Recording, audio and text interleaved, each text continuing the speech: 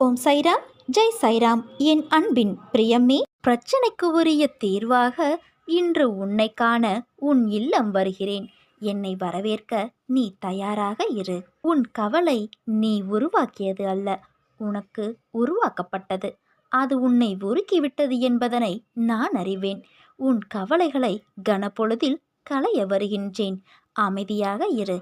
உன் சாயப்பா நான் இருக்கிறேன். பசிக்கு அழுவது நம் வீட்டு குழந்தையாக இருந்தால் பிச்சை எடுக்கவும் தயங்க மாட்டோம். அடுத்த வீட்டு குழந்தை பசியால் கையேந்தினால் அதை பார்த்து நாம் ஏளனம் செய்வோம். துன்பமும் துயரமும் நமக்கு இல்லை எனும்போது கடமையை பற்றி வாய்க்கிளிய பேசுவோம். நமக்கே வந்துவிட்டால் அகிம்சையின் சிகரம் நானே என்பது போல அழுது புலம்புவோம். மனிதர்களின் இந்த பசப்பு மந்திரத்தை நன்றாக அறிந்தவன் நம் சாயப்பா. அதனால்தான் புலம்புவதை விட்டுவிட்டு கடமையை செய்ய எழுந்திரு என்று சொல்கிறார். குருவை நம்பு, 6 வித சாஸ்திரங்கள் அவசியமில்லை என்றார் பாபா. அவ்விதமாகத்தான் தாம் பரிபூர்ணமடைந்ததாக பாபா கூறினார். சாய்பாபாவின் மேல் உள்ள நம் பக்தியை வளர்த்து கொள்வதற்குரிய சில கருத்துக்களை கூறுவது உபயோகமாயிருக்கும் என்று கருதுகிறேன். முதலில் சாய்பாபாவின் ஓர் உருவப்படம் இன்றியமையாத ஒன்று. ஏனெனில் பாபாவும் அவரது படமும் வேறு அல்ல. அது பாபாவின் மேல் இடையறாத தியானம் செய்ய வேண்டியதின் உயர்வை பற்றி சக்தி வாய்ந்த முறையில் நினைவுபடுத்துகிறது. பாபாவின் படம் அத்தகைய குறிக்கோளை அடைய முயலும்படி தூண்டுகிறது. பாபாவின் படத்தை பார்ப்பது மிகவும் சக்தி வாய்ந்த சாதனையாகும். இரண்டாவதாக, பாபாவின் வாழ்க்கை சரிதத்தை தவறாமல் பாராயணம் செய்வது நமது மனதை ஆத்மீக குறிக்கோளை நோக்கி இழுக்கும். நமது எல்லா எண்ணங்களும் உணர்வுகளும் பாபாவை பற்றியே வட்டமிடப்படி செய்யும். பாபாவின் சரிதத்தை கற்ற புத்திசாலியான ஒருவருக்கு தடையே உதவியாக மாறிவிடுகிறது. மூன்றாவதாக, எப்போதுமே பாபாவின் நினைவிலேயே மூழ்கி அவரது திவ்ய நாமத்தை இடையறாது உச்சரிப்பதில் நம் மனதை ஈடுபடுத்தும்படியான வழக்கத்தை நாம் வளர்த்து கொள்ளலாம். நான்காவதாக, நாம் எதை உண்டாலும் அல்லது பருகினாலும் அதை மானசீகமாக பாபாவுக்கு நிவேதனம் செய்து அவரது பிரசாதமாக உண்ணும் பழக்கத்தை வளர்த்து கொள்ளலாம். ஐந்தாவதாக, நாளின் முதல் 15 நிமிட நேரத்தை நாள் முழுவதும் நாம் பாபாவின் நினைவில் தோய்த்திருப்பதற்காக நாம் பாவனையை இசைவு செய்து கொள்வதில் செலவிட வேண்டும். தூங்குவதற்கு முன் நாளின் இறுதி 15 நிமிடங்களையும் பாபாவை பற்றி சிந்திப்பதிலும் செலவிட முயல வேண்டும். ஆறாவதாக, ஸ்ரீ சாய்பாபாவின் விபூதியை நாள்தோறும் இட்டுக்கொள்ளும் வழக்கத்தை நாம் அனைவரும் மேற்கொள்ள வேண்டும். ஏழாவதாக, வாரத்திற்கு 1 அல்லது 2 மணி நேரம் பாபாவை மனமாற வழிபடுவதற்காக நாம் ஒதுக்க வேண்டும். பாபா தமது படத்தோடு ஒன்றுபட்டவர் என்பதை பலமாக நினைவு கூர்ந்து அவரது இருப்பை உணர்ந்து அவரது படத்தை பூஜை செய்ய வேண்டும். எட்டாவதாக, முடிந்த போதெல்லாம் தினசரி வாராந்திர சாய் சத்சங்கத்தில் பங்கேற்க முயல வேண்டும். இந்த பூஜை சத்சங்கம் எல்லாம் பாபாவின் மேல் அன்பும் பக்தியும் அதிகரிக்கவே எப்பொழுதும் பாபா என்று அவரை நினைத்து உருகி சொல்லில் கொண்டிருந்தாலே போதுமானது. பாபா தம் பக்தரிடம் எதிர்பார்ப்பது நீடித்த பொறுமையும் மாறாத நம்பிக்கையை மட்டுமே. 7 நாட்களுக்குள் உனக்கு ஆதாயம் ஏற்பட போகிறது. தியானம் செய். நான் அங்கிருப்பதை நம்பு. நிச்சயம் உனக்கு நல்லது 7 நாட்களில் நடந்தே தேரும். இது உன் தந்தையான என்னுடைய சத்திய வாக்கு. விடிந்ததும் உன் மனதில் உதயமாகும் கவலைகள் உன்னை வாட்டுகின்றது. உன் மனம் எதையோ நினைத்து புலம்புகின்றது. ஒரு இன்பமான செயல் வாழ்வில் நடந்தாலும் மனமானது சிறிதாக நடந்த துன்பத்தை எண்ணி அந்த கவலையில் உழல்கின்றது. அதை பற்றி யோசித்து மனதை குழப்பிக்கொண்டு இருக்கும் உன் பழக்கத்தை மாற்று.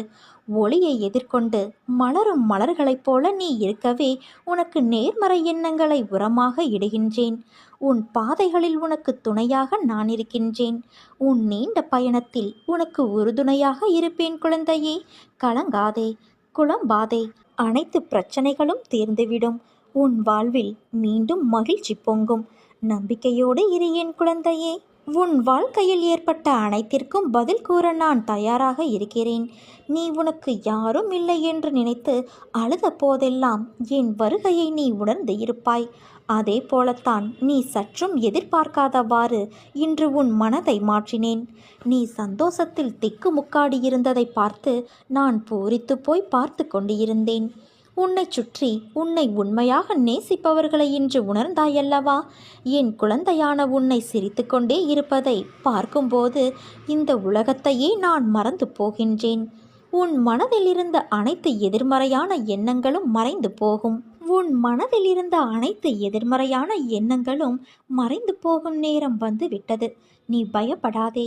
வார்த்தைகளில் எப்படி எனக்கு நன்றி சொல்வது என்று உன் பரவசமான மனநிலை, உன் அன்பு என்னை ஆச்சரியப்படுத்துகிறது.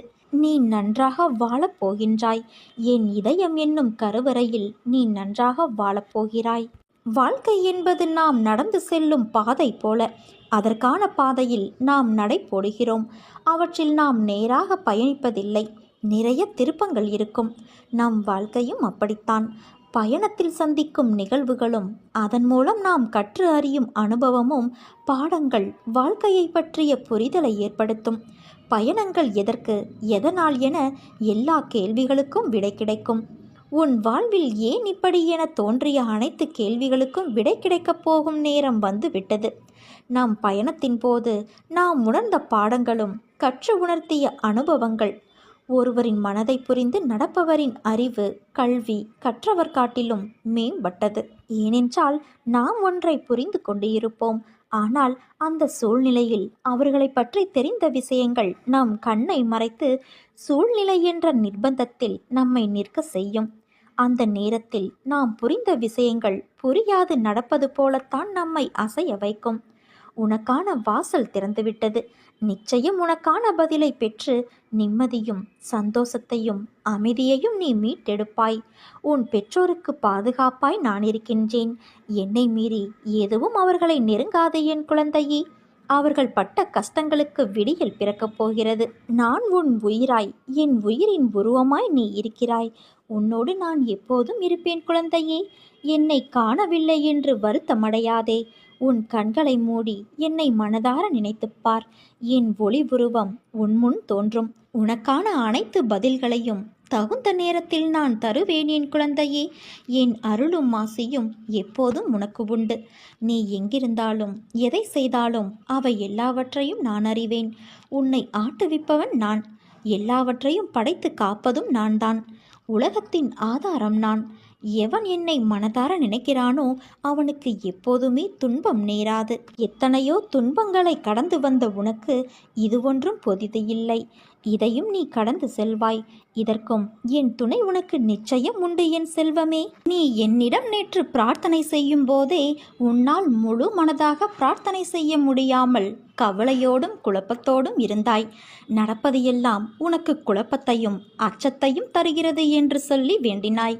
உன் குழப்பங்கள், பிரச்சனைகளை இன்று நான் தீர்த்து வைக்கிறேன் பிள்ளையே. நேர்மறை எண்ணத்தோடு உன் வாழ்வில் நீ விரும்பிய மாற்றத்தை பற்றி நீ மகிழ்ச்சியாக சிந்தனை செய்.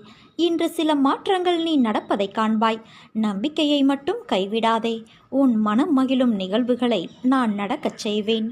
யாரேனும் ஒருவர் தன்னை என் குழந்தையாக பாவித்து என்னிடம் வேண்டிய அளவு சரணடைந்து அந்த சரணாகதியை முழுமையானதாக செய்து கொள்ள முயற்சிகள் முழுவதும் எடுத்துக்கொண்டு விட்டால் நான் அவருடைய எல்லா சுமைகளையும் ஏற்க முன்வந்து அந்த பக்தரை உண்மையிலேயே தன் குழந்தையாக ஆக்கிக்கொள்வேன். அவருடைய பொறுப்புகள் எல்லாவற்றையும் நானே ஏற்றுக்கொள்வேன். ஒருவர் காண்பது என்னை மட்டுமே. எனினும் என்னை பற்றிய பேச்சுக்களையே செவி மடிப்பினும் என்னிடம் மட்டும் பக்தி கொள்வானாயினும் ஒருவன் முழு மனதோடு என்னை நாடி என்னிடமே நிலைத்து இருப்பின் அவன் உடல், ஆன்மா இரண்டை பற்றியும் எந்தவித கவலையும் கொள்ள தேவையில்லை. என்னிடம் பக்தி செலுத்துவோர் இங்கு ஏராளமானோர் உள்ளனர். ஆனால் என்னிடம் சரணடைந்து என் குழந்தையாக வேண்டுபவர்கள் எத்தனை பேர்? மனித குலத்தில் உள்ள பெரும் குறை இது. சுலபமாக அளிக்கப்படுவதை யாரும் மதிப்பது இல்லை. தன் குழந்தைகளுக்கு அமானுஷ்யமான அதிசயக்கத்தக்க உதவி நான் அளித்த நூற்றுக்கணக்கான சம்பவங்களுக்கு பின்னரும் விசுவாசம் ஏற்படவில்லை என்பது ஆச்சரியமாக உள்ளது. உண்மையிலேயே நீ என்னிடம் சரண் புகுந்துவிட்ட குழந்தை என்றால் நீ வேண்டியதை அளிக்க நான் தயாராக இருப்பதை நீ உணர்ந்து கொள்வாய். என்னிடம் இந்த கணமே பூரண சரணாகதியடைந்து பார். மற்ற எல்லாவற்றையும் நானே பார்த்து கொள்கிறேன். என் சத்தம் உன் மனதில் ஒலித்தால் இப்போதே என்னை நோக்கி பார். என் விழிகள் உன்னோடு பேசும். உன் உணர்வுகள் சில்லிட்டு ஆனந்த கண்ணீர் பெருகும். இதே உணர்வோடு இரு. இனி காலமெல்லாம் மகிழ்ச்சியாக இருக்கும் என் குழந்தையே. உன் வாழ்க்கையில் நிகழ்கின்ற விஷயங்கள் எல்லாம் என் பார்வையில்தான் நிகழ்கின்றது. அவை உன் மனதை ரணப்படுத்தினாலும் உன் உலகம் என்று நீ நினைப்பவர்கள் எல்லாம் உன்னை காயப்படுத்துகிறார்கள் என்று நீ சொல்லி அழுகின்றாய். அவர்கள் ஏன் என்னிடம் இப்படி நடக்கிறார்கள்? மற்றவர்களுக்கு ஒரு நியாயம், எனக்கு மட்டும் ஒரு நியாயம். நான் செய்கின்ற செயல்கள்தான் தவறு, உன் தவறு என்று சொல்கிறார்கள். ஆனால் என்னை அந்த அளவுக்கு தள்ளியது சூழ்நிலை. அதற்கு நான் எப்படி காரணம் என்றுதானே நீ புலம்புகிறாய்? இந்த சூழ்நிலையெல்லாம் விட்டுவிடு. நான் உனக்காகத்தான் இருக்கிறேன். உன்னை விட்டு நான் விலகுவதும் இல்லை, விலகி போகும்படி நான் செய்வதும் இல்லை. உன் அம்மாவாக அப்பாவாக நான் என்றும் உனக்கு துணை இருப்பேன். என் மீது நீ நம்பிக்கை மட்டும் வை.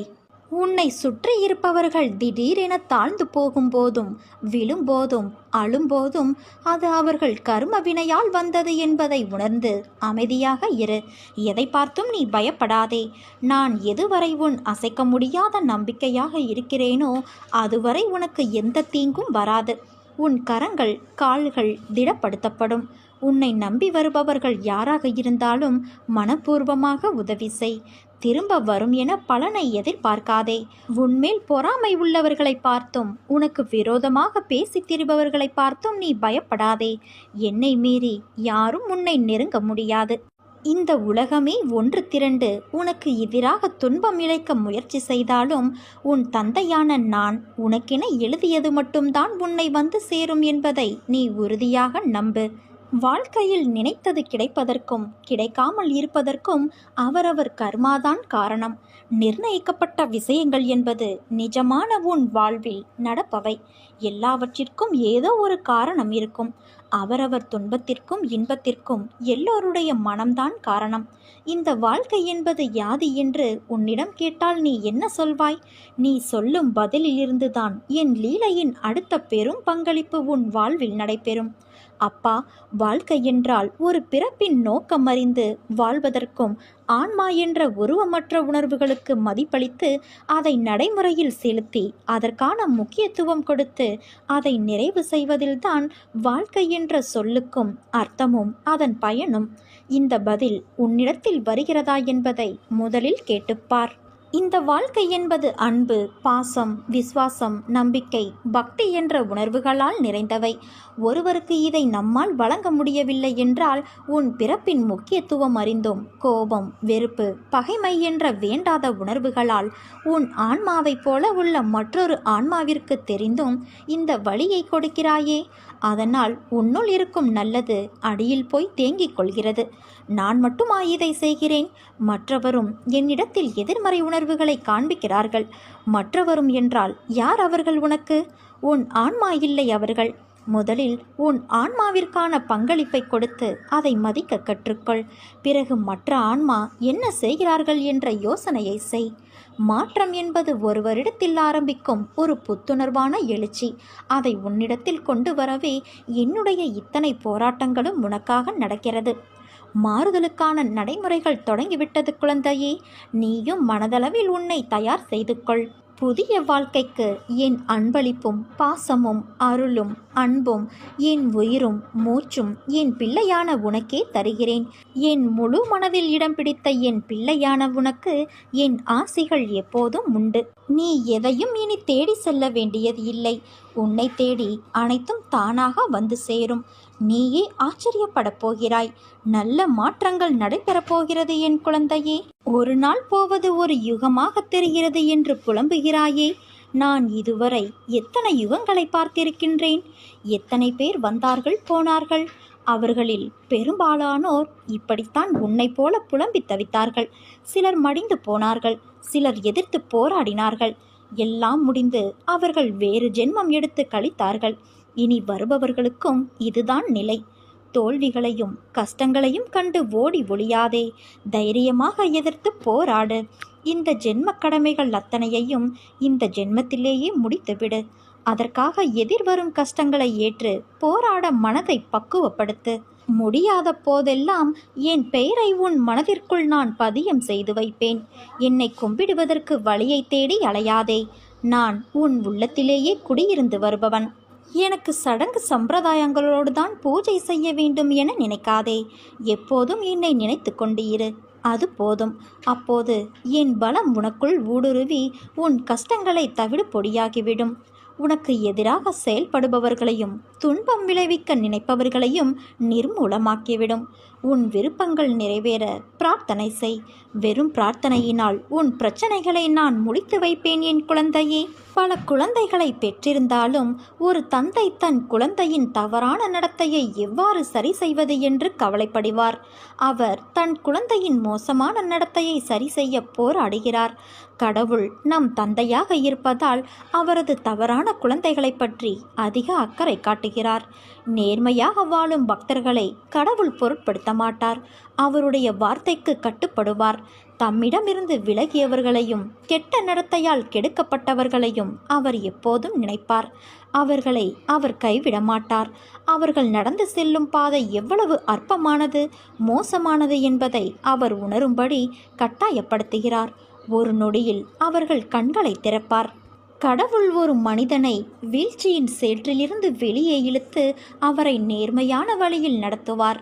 கொள்ளைக்காரன் வால்மீகியும் வக்ரமான அஜாமிலனும் கடவுள் சன்னதிக்கு வரவில்லையா? அதனால் இத்தனை நாள் கடவுளை தியானிக்க முடியவில்லையே என்று நாம் உட்கார்ந்து கவலைப்படக்கூடாது. நீ அன்போடு அப்பா என்று என்னை அழைத்தால் நான் ஆம் என்று உனக்கு பதில் தருவேன்.